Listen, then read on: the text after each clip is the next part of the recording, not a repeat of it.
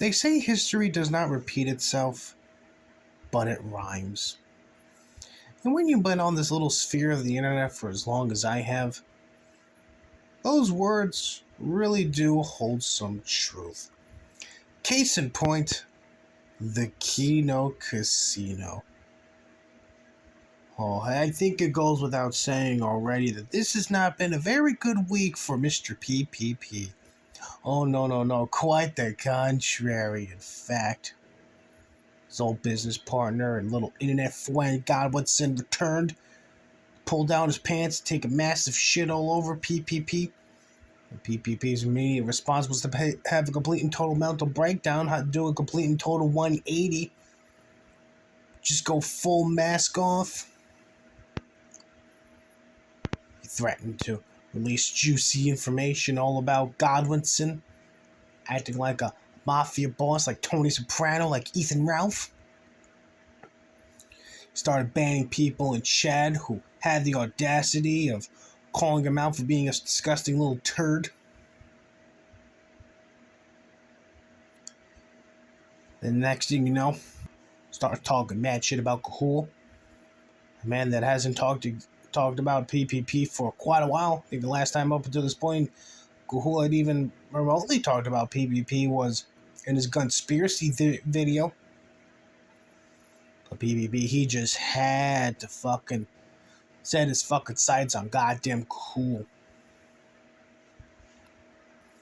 Now one would figure after everything that has happened to good old Ashton, you would figure he would have wasted no time whatsoever, continuing this long cope that he's been on for the past 2 days now on the Kumite Casino. Well, surprisingly no. But as is always the case with the Kumite Casino, it's always the same old shit they're talking about. They wrapped up their little rakeback episode, and what do you know, it's the same old shit they're always talking about. I had to talk about some IP2 stuff because, man, everyone just loves IP2. Everyone just cannot get enough of IP2, can't they? No one's fucking bored of IP2. No one fucking watches that shit anymore, now don't they? No. All the cool kids are constantly talking about IP2. They had to talk, of course, about the breaking news from that little corner of the internet, how only Use Me Blade, a alcoholic whose foot is literally rotting off of his fucking body, caught his wife making out with another member of the IP2 movement, a man by the name of Mr. Chicken Andy. So aside from the fact that only Use Me Blade is literally having his fucking feet rot off of his goddamn body, now he's finding out that his goddamn wife's a whore. Fascinating stuff, ain't it? And of course, it just would not be a fucking Kumite Casino stream without, of course, mentioning about good old Ethan Ralph and Nick Fuentes. Because that's pretty much all they fucking got at this point. But this time, Ralph was not the main subject of the little segment. Oh, no.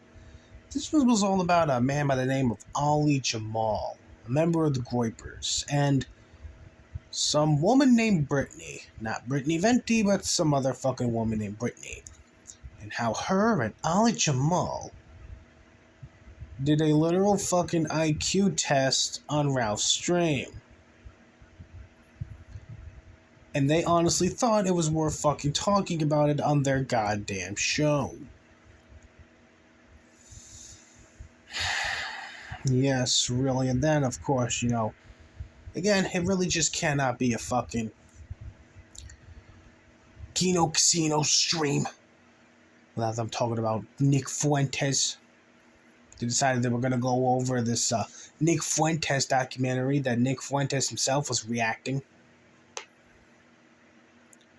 And the only highlights that really came out of it that really stuck out to me are the guy who presented the documentary literally called Nick a Latino youngling. And Andy Worski saying the most retarded thing I have ever heard him say, and that's really saying a lot. His exact words were, guys, you see, Nick here, He's a Scar from the Lion King, and me and PPP were Simba.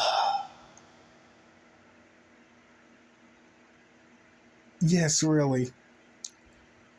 Keep in mind, these are coming from the same people who give SJW shit for wanting to compare the real world to something in a fantasy world. And meanwhile, here's fucking retarded Andy Worski here.